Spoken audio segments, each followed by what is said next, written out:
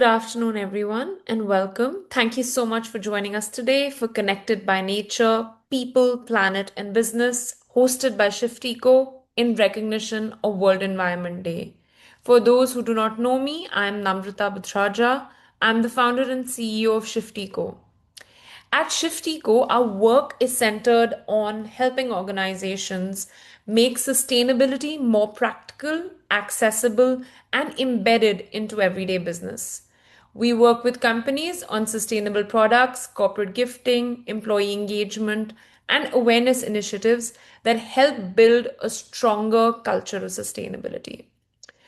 Over the years, one thing we have seen become very clearly is that sustainability cannot sit only in sustainability reports. It cannot sit in policies or one department.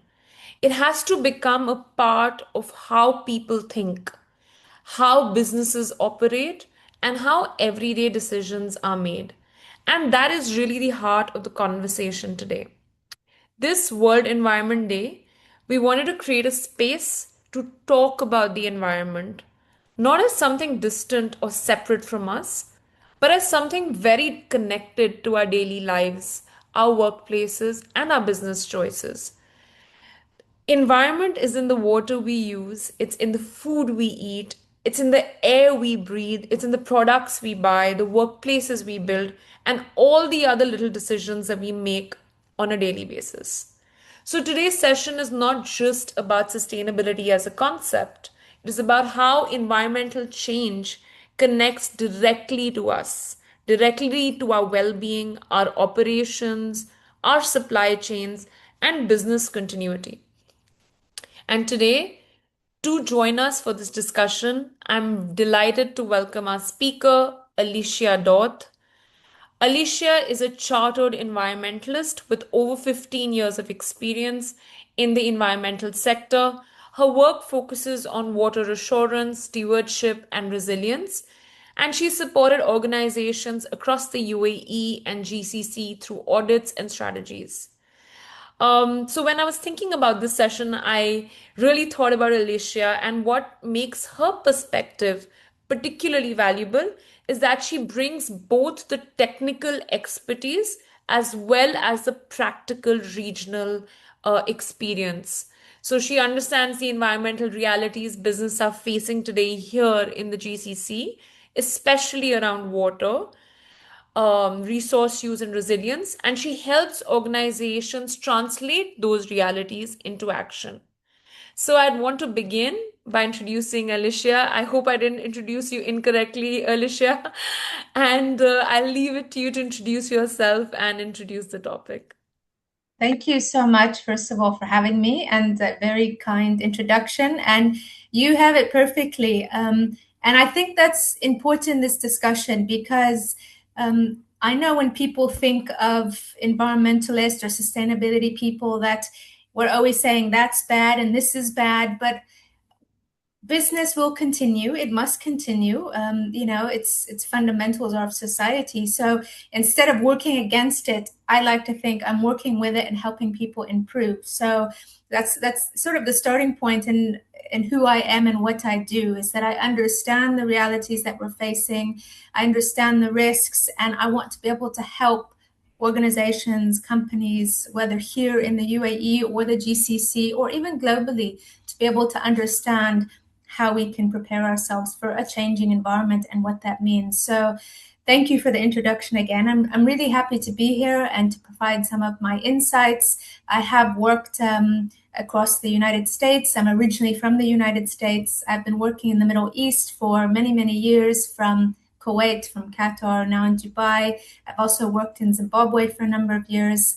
So it's been great working in different geographies because it really allows you to see the differences in the environment, but also the similarities.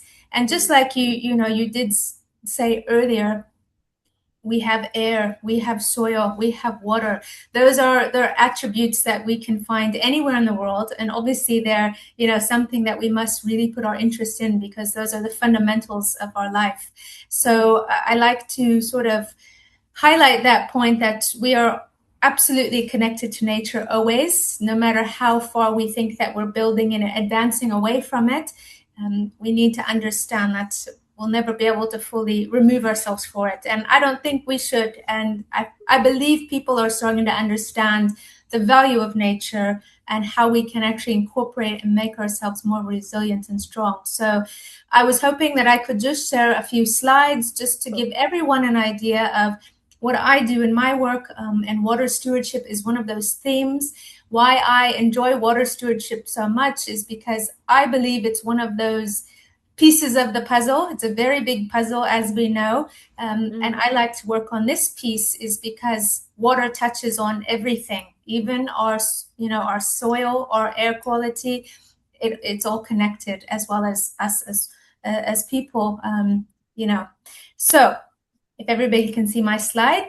Yes, welcome again today. Thank you for having me at the Connected by Nature, People, Planet, and Business. I just wanted to go over some of the water stewardship because it might be a term that some people aren't aware of. What does it really mean, water stewardship? So I wanted to start with this quote, if you can see it here. And I don't mean to start with it because I want us to think that we're failing, but I want us to be reminded that there's a lot at stake here. So climate change obviously is what gets the most attention, rightfully so, but also I think, water sits right under that, and climate change can impact our water resources, meaning our water security and our water quality. So if we don't do right on one thing, it's going to have a cascading effect on others. So we will fail on climate change, on water, unfortunately. So all of it requires our attention. Just some statistics. I'll keep it light. So there's many statistics that can be referenced now in terms of what does it mean, environmental and water and climate change. But just to give perspective on how big the situation is and how big the crisis is, even though I don't always want to call it crisis because sometimes it gives it a negative feeling of it's a crisis. But I think it's a really big challenge we're facing. But I do believe we've got a lot of great people, meaning industries, the private sector, the public sector is becoming more aware. Governments, I feel like everybody's turning their heads. There is some attention to this, but it's going to take us a while to all get there on the same page. So 4 billion people are estimated to experience severe water scarcity for at least some time of the year. So we know seasonal changes. We know, we have rainy periods and non-rainy periods, but what happens is it intensifies, or sometimes it becomes, it affects us in different ways, or we're not prepared for it. So anytime in a life that somebody experiences this, and I think that's the case, we've seen what's happened in Cape Town. We know that Mexico has had some situations, very close calls. We know Spain has. Really, anywhere you look at on a map, they've all had some sort of challenge. So this is sort of the new reality. So instead of trying to avoid the facts, it's best that we understand that we need to come up with solutions that are going to be resilient against the changing world. And just what I thought was interesting, our land, sometimes, we often ignore it because we like to build up and we're growing and more people are populating different areas and geographies. But unfortunately, that means our land is also degrading. And it's also to remind people that our land is extremely important for other things other than just development, but that's where we grow our food. And that's where we have that interaction with nature, is our lands. So it's just another reminder, and obviously healthy water, healthy soils, it's all connected. So we need to, sort of understand each system to really appreciate that everything is connected and what we can do.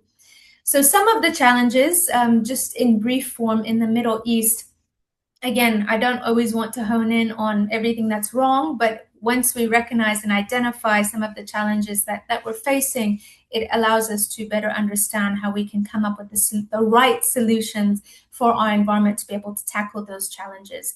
So what I have here is what I believe is the first step if I'm looking at water in my core business, which I am, is the risks associated with water. So whether it's a risk that will impact your business or the risk that will impact business of others, what does that look like? Again, I said earlier we had scarcity, we have water stress. Sometimes people use those terminologies interchangeably. But really, when we're looking at it, water scarcity might be environments that really don't get any rainfall and they don't have any means to be able to produce potable water for some of their daily needs, like drinking water and showering and sanitation. But water stress can also be when times that they might have a system, but it's not capable of coping with different changes in the environment. And then water, what's not here, but water security is something that we're talking about in the UAE more. So building ourselves to make sure we're water secure. So we know that our water here in the UAE, but also in the GCC, and it's also expanding globally, is we are desalinating water. So it's becoming that new resource for our potable water. So being here in the UAE and the GCC, where we have sort of pioneered desalinating our water, I think it is a great example to the rest of the world how you can do that responsibly. We're always finding innovative ways, and we want to reduce the environmental impact. So I think positively, desalinating we can't get away from. That is going to be the future. So we put our effort into making it more efficient, as well as diversifying some of our water resources. But we need to do these sort of activities responsibly. So again, it's not saying desalinating is bad, we can't do it. Well, we have to do it. So we need to work with those services to be able to make sure that they're doing it responsibly, efficiently, and that they're taking measures to make the whole process a little bit better for the environment as well. And some of the other challenges, biodiversity loss or soils degrading, we're having the land degradation. So these are sort of effects that also you've got a lot of feedback loops. So when one thing happens, something else might happen, and desertification. So these are all things that do come back to water. Some of these are from our activities and our anthropogenic contributions, but some of it's also from a changing climate, some natural, some man-made. So this is a very simple way of looking at it. Obviously, there's a lot more detail that could be into this, but if we understand this, and this is the key message I like to pass on when I'm either speaking at a conference or if I'm sitting with a client, is let's keep it simple, because this can be an overwhelming topic. People don't know where to start. I know we might talk about that later. So I think if we get the basics down, people are more likely to be able to take change if they feel that there's something that they can do about it. But back to what is water stewardship. So a big part of sort of the work that I'm doing and trying to introduce it more and embed it more in here with clients in the UAE is it's about understanding this interconnectedness between the water, the ecosystem, society, and what that means. So this is a sort of a 4-step process. This one is referencing the Alliance for Water Stewardship, but it's about, we start, what are our water resources to begin with? Where are we getting our water from? How are we communicating with our stakeholders? What information are we sharing with our stakeholders? Is it relevant?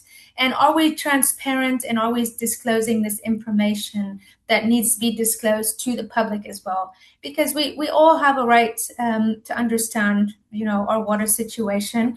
Water doesn't belong to anyone, but there are the companies and the way that they treat our water, because we've come to that point in time that we can no longer, in most places in the world, just take a cup and go into a stream and take a clean glass of drinking water.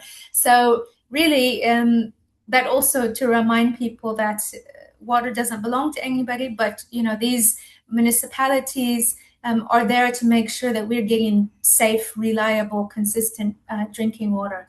And in water stewardship, it's just about being responsible of those water resources. So how are we collecting it, and what are we doing with any discharge or effluent as well? Are we making sure that the water quality is of a suitable condition to release back into environment, or hopefully reuse, which is one of those big things now is reuse, because we know that water, is finite, and it's not whatever is here on the planet is all we'll ever have, and it's caught up in the water cycle at different points, and we're extracting it at different points in the water cycle. So whatever here is what's here. It's what we have. So are we using it responsibly, and are we putting it back into the environment if we are responsibly? So water stewardship is, again, what I think the puzzle is to how we can come together and looking and being connected to nature, because we can touch on it from many different angles. So the link between water, biodiversity, and desertification. Why I like to talk about this, because this is something, a challenge that we have here in the GCC or in the UAE. So it's just to reiterate the point that water does support healthy ecosystems and biodiversity.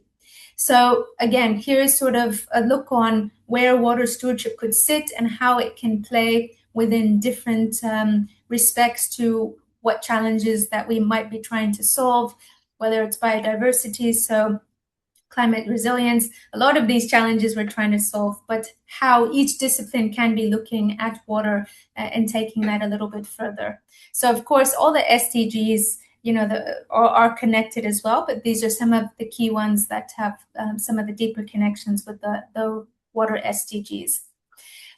So holistic water management, that's, I think, key on how we're looking at the whole picture of water, and sometimes it might be difficult to do, but again, from a corporate level, a business level, we're starting to have to look at water from a much bigger lens than we may have done even 10 to 15 years ago, when we're just worried about the water at our location and that's it. So we need to understand the risks of that, meaning what risks that does the water have on us, or what risk could we have on the water? What solutions can we identify, and how we can collaborate with others for this change that we might need to take to sort of realign our priorities when it comes to business, water, and environment. So there are many opportunities with water stewardship. These are just sort of a few that I thought are worth mentioning. And of course, I'm happy to share these slides. So if anybody listens to this later, they're more than welcome to reference this, and I'll provide references to you as well, because I think the more we can get the information out to people, I think the better it is. So it's about us also providing in a simplified way what they can do. And I like to think that you don't have to do everything to make an impact. You can obviously take small steps. And I think at Shift Eco, you guys also believe the same, is that the Yes. small steps do make a difference, and you don't have to make huge drastic changes at once to make an impact. So water stewardship, it comes with benefits if a corporate or a site level, like a factory, for example, wants to really demonstrate their commitment. They can seek certification, which is another part of the work that I do. So I can help a corporate or an organization or a site level understand how they can sort of embed these water stewardship practices, and they can seek third-party certification, which validates and verifies that their actions are true, or they are legitimate, they are intentional. Because sometimes we have a bit of greenwashing, blue washing on what people are really doing, and that's not really going to cut. That's not going to cut it anymore. We really have to have clear and measurable data that can be understood, and that we can really see that these corporates or organizations are trying to make a difference by putting some actions in place. But we think that the water stewardship certifications can be that sort of dialogue that can happen between the public and these big corporates on how they're managing water resources, because it's something that we should all be aware of, because water needs to go around to everybody, does it? We all need it for different purposes, because it's in, like you said earlier, it's in all of our products, it's in everything that we do. So we should be aware of how it's going to impact us. So it's about encouraging the organizations and see what's going on around their surrounding communities, understanding maybe the ecosystems that they could be impacting, and then when they can identify some of those key points, then they can understand where they can give back in those stewardship efforts that they can do themselves to be able to ensure that they're leaving the environments in a better place than maybe that they were originally operating in. So I think one of my mantras last year was, if the environment wins, we win. If environment's there to look after us, if we look after it, it's going to really provide us with a lot of benefits as well. So it's a win-win situation. So I think it's something that we should always keep as the top of our list. Is looking after the environment is going to also have a benefit to how we go about our lives as well. And quickly, just to talk about climate water nexus, this is also to sort of amplify the message that water is connected with everything. I like this version from the Commission on Economics and the hydrologic cycle, because it's important that we really understand this whole cycle, because we have an influence on each part of the cycle if we are, not managing it correctly. So we know that climate change is disrupting the water cycle. So with that information, we're able to sort of tackle in different areas on where we can put our efforts, or where an organization or corporate might need to put some of their water stewardship efforts in based on what they understand around the surrounding environment with them. So just a call to action. I know that, there's World Environment Day, there's Earth Day. We have a lot of great days to sort of highlight, and many others, to highlight that we need to do something, whether it's biodiversity loss, whether it's desertification. But really, and this might sound a bit cliche, because it is, but every day, is something we should be doing something, and we should be recognizing it to be of importance. So let's not just wait till one day to recognize it. And I know most of us might not feel that way, but we have to remember we need to constantly remind ourselves that every day counts, and every action that we do does count as well. So, I think a call to action would be just find a way to maybe do something a little bit better. Not everything has to take a high-tech technology to make it better. Sometimes it just goes back to awareness and behavior change, and how we're communicating with others from a technical point of view. So from a technical point of view is great, but it only works so far. And that's where a lot of my work is trying to bridge that gap between technical and not even layman's, but just in a way to communicate with everyone, because everybody has the right to know what's going on at all levels. Children, elderly, youth, everyone has a right to know. So we have to make sure that we're putting the message out to those that need to understand the importance of this. Align with global and regional goals. I think our governance here in the UAE is great. I think in KSA, they also have quite a lot of initiatives and strategies. So I feel like that's a very good start, because it all starts from the top in some ways. We need good governance, but also everybody has to do their parts. You can't always just rely on governance. You can't always rely on municipalities. Stewardship means you take that responsibility as well yourself. Don't always wait for somebody else to do it. You also need to take that responsibility. And if you want to take a step further, you can seek further certifications. Many buildings here might do sustainability certifications, which is great, but it's not just about the building being built, but it's also about how it's operated. And I think, the journey is long. It's a whole life cycle approach. So this is something that I think we should also sort of emphasize to everyone, that even though something might be built sustainably, if it's not operated sustainably, then we've sort of been misguided along the way. So you can always express your commitments through verification of your water stewardship actions or efforts, but also other initiatives that support that, to make sure that the journey is in the long run to the benefit, not just a quick checklist sort of approach to getting sustainability off the desk. And I think the biggest thing, and maybe this is why we're also here today, is just that collective action, those relationships, the communication. We all need to work together. We all have our part to play. And I don't think we can ever, get away from this. It's going to be a continual job for us, but I know that we love it.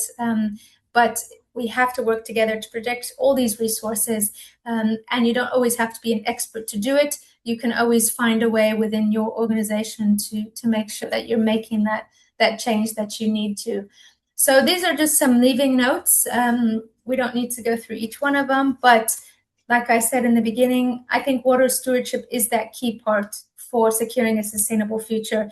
Because if you look at any scenario, it'll all lead back to water, but also the environment as a whole. Our air quality, is also at risk. Temperatures rise, our air qualities, we have more particulate matter because we have higher temperatures, which mean our land's becoming more degraded. So our soils aren't as fertile. So what can we do to make all those aspects stronger? It's through water. And this is also, I'll end with that in terms of why I think water stewardship is the key to the puzzle. But it's really there to support companies, implement process change activities. So I hope that by this conversation, maybe I've sparked interest in others to understand what water stewardship is and how they could sort of make it part of their plan or integrate it into their existing management systems that they have. Water stewardship is for everyone. You don't have to seek a certification to also make a difference. There's a lot of things that they can only sort of implement for change that doesn't always have to mean lots of costs involved. Yeah, so that's pretty much what I wanted to share today. And thank you for allowing me to sort of present my ideas. No. Thank you so much for that, Alicia. I really appreciate it. I think you covered a lot of the points that I wanted to cover with you, but I'm going to delve a little bit more further into it to just understand everything that you said. So I think I want to start off with talking about the environment. I think many people still think of the environment as something outside, completely disconnected. They think of it as something related to conservation, CSR. They look at it as something very external. How is environmental change already showing up in our daily lives today, specifically for workplaces and businesses? Yeah, and I mean, you really touched that point well because,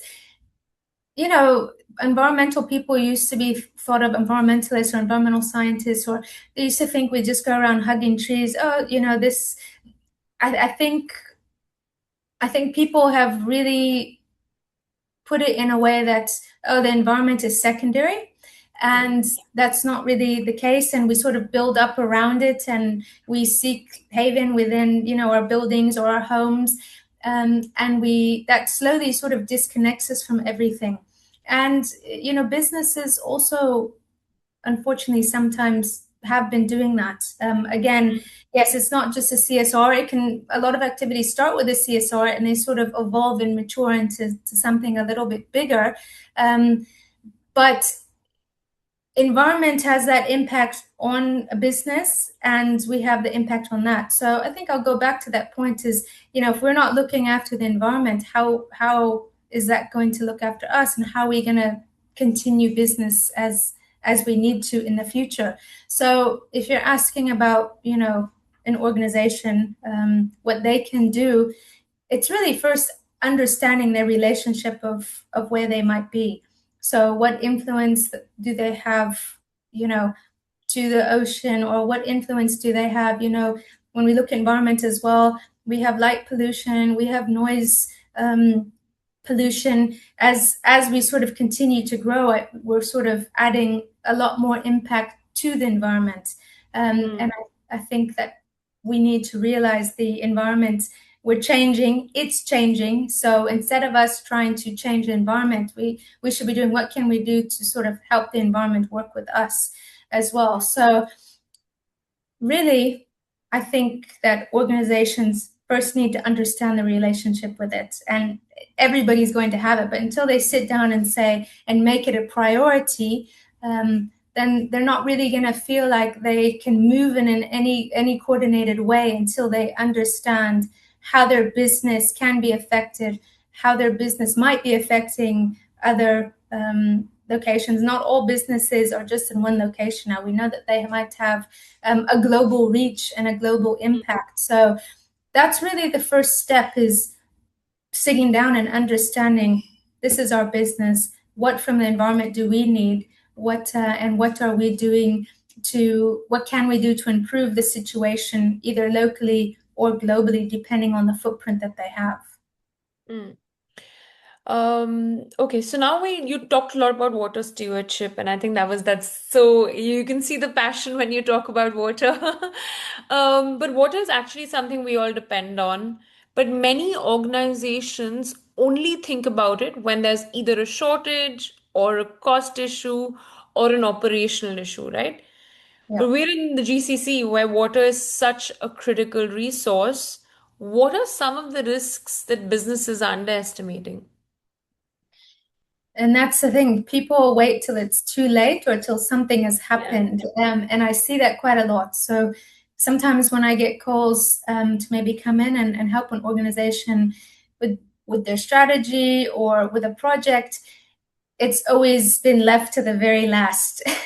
And when I see that, I said, gosh, I really wish we could have been involved earlier, either myself or someone else. It doesn't matter, because if you leave water as an afterthought, it's going to end up costing more. But also, you've missed opportunities to be able to do something a bit better in the beginning if you put water on the priority of your list. Because you're right, it's they only wait until something's happened, until it's been a risk to them. So water stewardship sort of really brings people back to the beginning, and that's why I like it as that piece of the puzzle, because one of the first steps is to understand, okay, where are we getting our water? Not just, oh, we're getting it from the local municipality and this how much it costs, we have our bill, that's it. No, let's go back further. Where are they getting their water from? Okay, yes, we're getting our water from the Arabian Gulf. Great. What are the risks that the Arabian Gulf are having? Well, they're having higher temperatures, seawater temperatures. Maybe the salinity is a bit higher because of that. Maybe there's environmental pollution from activities that haven't been um, been restrained, oil spills or any sort of debris. So all these things, it's about the stewardship really pushes the organization to look at the very beginning, not just, yeah, we have water pipe and here's our meter and we're taking the meter readings, we're paying our bills, we're good to go. No, you really have to take a step further back from that. And so I think water stewardship takes people through that whole journey of from where it comes from to the very point of when it leaves our site, when it leaves that pipe, where is it going? How is it being treated? Where is that ending up as well? And understanding that impact. So that's what I think a lot of organizations have a difficulty doing, because it does take time. But then they are prepared because now they know everything from the whole life cycle of their water, and they're able to identify risks early on. So then they might not have those operational risks. And I'll just give a quick example of a bottle watering facility here in the UAE. If they get water quality from the municipality, potable water, that doesn't meet the specifications that they need to treat that water further and add their recipe to it to make it fit for drinking that they like to produce under their brand, then it ruins their membranes. It ruins some of their internal purification systems that they have in place at their factory. It compromises that.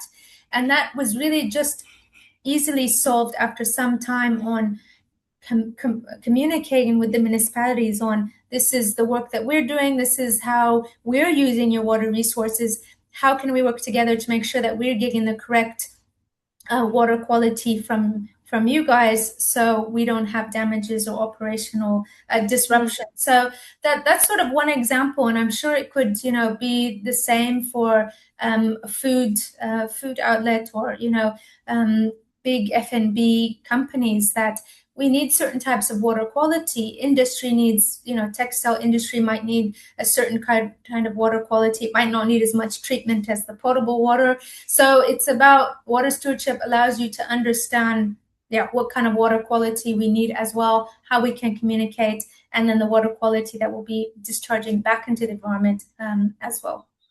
Yeah. Sorry for a very long answer, but No, no, no. It made a lot of sense, and I think I liked the practical element of it. So no, I really liked it. But I think having said that, Alicia, like a lot of businesses want to take action, but there's just so much to do, whether it's water, and they look at it more like climate change as a whole and environment as a whole, right? They feel overwhelmed. So there's so many areas. It could be carbon, it could be water, it could be waste, it could be employee behavior, it could be reporting. Like a lot of people are reporting now. Now there's a mandate to report your footprints, biodiversity, supply chain. So for an organization that wants to do better and wants to start, where do you think, what would you recommend should be the first few practical steps they can take? So in the beginning, I said it can be overwhelming. And even somebody that works in this all the time and all the projects I do, it can definitely feel overwhelming. There's reports coming out everywhere. There's new jargon being developed, new terminologies. Yes. A lot of the time, we're sort of reinventing the wheel, which we don't need to be. And I think Yeah. that puts people off. And of course, when something is mandatory reporting, they do it.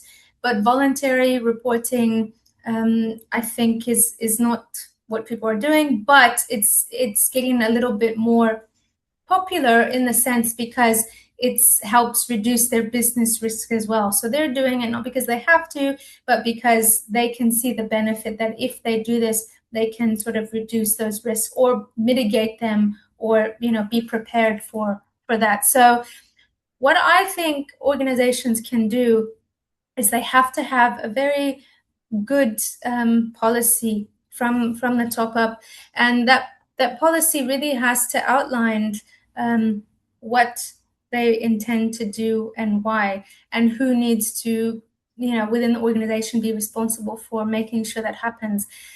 Because if there's no commitment from the top level and it's only driven by, you know, disclosure, which of course is great because the more data that we have on a global perspective, the better we're able to track progress.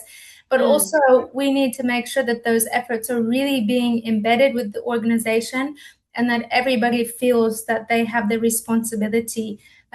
So if I give you a tree to plant, taking ownership to water that tree every day and to see the benefits from your direct involvement, I think most of us really appreciate those things. So it's about giving employees that sense of responsibility and making them feel that they are part of it, because that's when we want to make change. I think a lot of us want to do the right thing, but yeah. if an organization, where do I begin? What should I do? It's about going back and understanding, well, this is how important water is to our operation, or this is what it means to us, or whether it might even be air quality. This is important because they're a big factory and they might release a lot of emissions. They really Mm, have to understand how they can make a difference, but really having a great policy and that internal governance.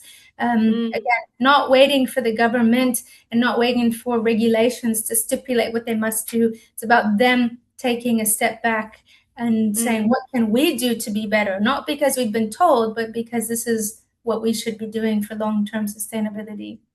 Right. No, I really like that. I think policy is definitely really important. And I think we at Shift Eco often talk about sustainability becoming a part of workplace culture where it's a policy is drilled down to the organization, every employee understands it, because a lot of the impact actually does come from daily actions as well, right? Yeah. What is the company buying? How is the company using their resources? How have we designed our workplaces?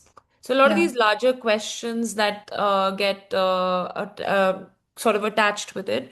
So how important is employee awareness and workplace culture in helping organizations become more environmentally responsible?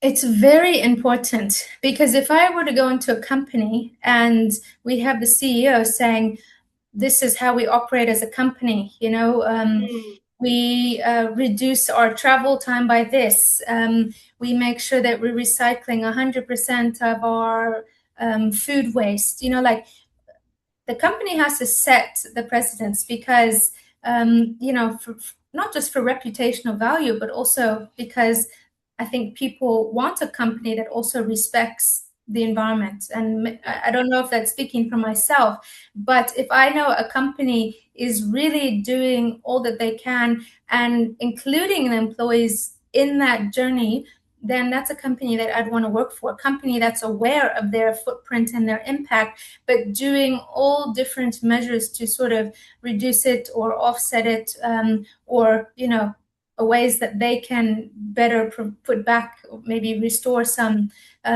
sort of environment, or be part of a project that might be working to benefit. So I think it's very important, because that sets the tone for the whole culture of the business, is how it's being delivered, and how the message is being delivered from the top to all the employees. And Mm, that's sometimes what lacks, because employees not going to respect what's being said if it's not held from the beginning, if it's not reinforced, if they're not providing trainings. Employees less likely to take it seriously. But the moment you give somebody that empowerment, and you make them responsible for it, and you include them, then we're more likely to, we want to contribute. Like I said earlier, a lot of people, we want to do good things, but mm, not, being steered that way. And some of these things in the beginning, until they become the norm, might seem like they are hard work. mm. And Yeah. that's why a lot of people might give up, because it's an extra thing to do. Or but really, once you practice it, it becomes the norm. And I Yeah. think that's where a lot of companies, they try to include those things within their CSR, and they're finding now bigger ways to make bigger impact versus just having the CSR. Yeah, no, absolutely agree. And I think it is important for it to be practical, easy to do, involving employees, getting them part of the conversation. Um, but now coming to the kind of the end of the conversation, because I'm mindful of time. If you had to tell companies three practical and easy things that they could start doing to strengthen environmental resilience, reduce the impact, what would those three things be? So the first thing would be just to understand your footprint, either your water footprint, your waste footprint, your emissions footprint, to really understand what impact you're having. Because until you see the numbers and you understand the magnitude, it's hard to be able to even look further down and set your targets. So that would be the first thing. Just understand the basics, and not just the bills you pay, but which is Mm, a good starting point. I'm not going to deviate from that. You can start with that, but start tracking your data, keep your data, track your data. So that would be step mm, one. Just get all the data together and understand your footprint. Second step, once you understand your footprint, you're going to prioritize what needs the most attention based on how much your footprint is saying, maybe based on benchmarking from a global perspective, what are others doing. And after you sort of get that information, you also want to make sure that you're setting targets that are realistic. I think the second step is setting targets, but make them realistic, because some organizations have very, very ambitious targets, mm, but some of them don't always follow through because they are very ambitious. And it's hard to look down their supply chain and their service providers and get everybody on board to move with them. And mm. that's has been a constraint for Tough. Yeah. some of these big companies. So, and then my third step would definitely be communication. And why I say this, because communication can be a little bit broad in terms, but that's also good, because we have to remember we've got a lot of communication to do with stakeholders, with public. But it's key. Communication is key. Just by you and I having this conversation today, by communicating, it's just that one step closer on how can we work together in the future, and how we can spread the word. So communicating is really important. And just because we have a challenge doesn't mean that we can't communicate it. I don't think we should be afraid. I don't think organizations should be afraid to communicate challenges, because once we communicate those challenges, then we're more likely, and we'll realize, others are there to help. There might be a solution for that challenge. So communicating a challenge is not a weakness. That's such a great way to look at it, but not everyone looks at it like that. I know. Everyone wants to just talk about their strengths. Great. Before I ask my final question, I want to open it up to the audience. If you all have any questions, please free to ask Alicia. This is a golden opportunity. We have Alicia here. She can answer live. And for those that couldn't attend, if you do have questions, feel free to email me. I'll reach out to Alicia and get your questions answered. So we have a question from Olive.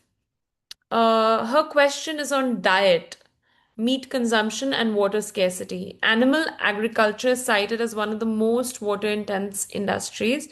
Given your expertise in water stewardship across the region, how significant is the role of dietary choices, especially meat consumption, in driving regional water stress? And is this a conversation that organizations are willing to have openly?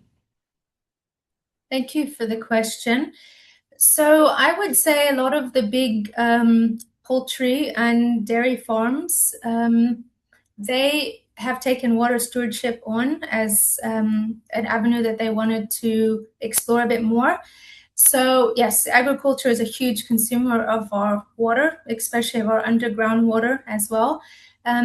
But a lot of these companies are, they might be maybe seeking alternatives, but I don't think removing the meat completely is, it's about having alternatives to be able to, but the companies, so for example, there's a farm in Saudi Arabia, they're undergoing water stewardship because they've recognized it's a huge input to their whole service and their business. So they are putting more circular measures in place so that water can be reused multiple times instead of just discharging it. And they've also taken greater measures for water quality to make sure that any effluent water quality coming from their operations, so whether they might have dairy farms or poultry. I don't want to go into the gruesome details of what happens at abattoirs, but they are aware of it. They are aware of their water consumption and finding ways to be more efficient with their water resources, as well as finding ways to be more aware of the water quality, how they can reuse that water. But some of these big organizations are aware of this, so they're also doing things to restore water areas that might be impacted from extracting so much water for operations, but also how can they restore land as well, because like we said, we also healthy soils are imperative for even growing feed, for even having livestock. So water stewardship is helping them in this journey. I don't think that it's something that will just stop overnight and we won't have any more meat, but they're doing these things to be able to make them resilient, but to also be good stewards to their practices, to additional resources that they might be taking. Right. No, I agree. I think sometimes the sustainability conversation is not about perfection, but optimization. And I think similar to what you said, people are not going to stop having meat, but it's about how we can improve processes such that, we are not degrading. Another really interesting question from Sonam. With AI requiring significant amounts of fresh water for data center operations, is this becoming a discussion in your water stewardship work? It is not necessarily in my work yet, but a lot of my peers in the industry, AI and water stewardship are definitely talked about. And that comes mostly to efficiency. So how can we make the water efficiency within AI something more of a reality? But also, we don't need potable water to cool these AI data centers. So that's also becoming sort of a topic of water quality, because we really know that we need potable water, we need drinking water, so that's of the highest priority. A lot of the other secondary industry, such as AI data centers, don't require the same quality that we require from drinking. So it's interesting to see that when that discussion comes in, there might be other water qualities that we can use that will be able to cool these centers. But yes, it's definitely a topic that is still trending. It's still evolving. And that really is something I think over time we'll see. But they are starting to use water stewardship frameworks to refer to make sure that those resources they're using for these big data centers is used in the most efficient manner possible. Perfect. Thanks, Alicia. I think we touched on really two different aspects of water. Uh, but now, finally, Alicia, since today is World Environment Day, I would love to end with a mindset shift. So, what is one thought, question, or mindset shift you would want everyone attending today to leave with? It's so hard because there's a few, but if I were to say one thing, it's just to remind people that water is finite, and really all resources here, this planet, when it was created, everything was here that we needed, and we're not going to get more of it. So it's to remind ourselves every day that every resource we use has come from something from the planet that's existed for a very, very, very long time.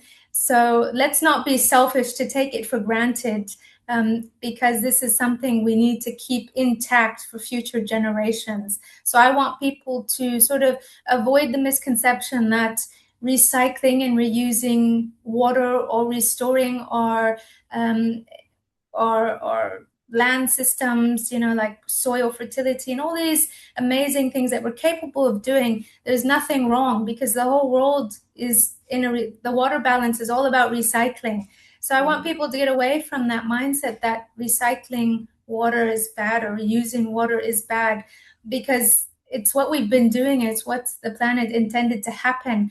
And we've just kind of sort of come in and disrupted it and taken a little bit more than we should have, or maybe misused it. So we've all done something to maybe negatively influence it, but that does not mean we can't positively change it. Perfect. No, thank you so much for that, Alicia, for sharing all your thoughts, insights. I think from my perspective, what I really took away is that environmental action does not, it does not have to begin with perfection. It doesn't have to be perfect. It can begin with awareness, asking the right questions, knowing where your water comes from, making more intentional decisions, probing a little bit more. Yeah. I think for businesses, this means looking at the environment not as something separate from strategy, but as something very, very connected to resilience, to the operations, to long-term value. And I think for all of us, it's a reminder that the choices we make every day, both in our workplaces, homes, and communities, they do matter.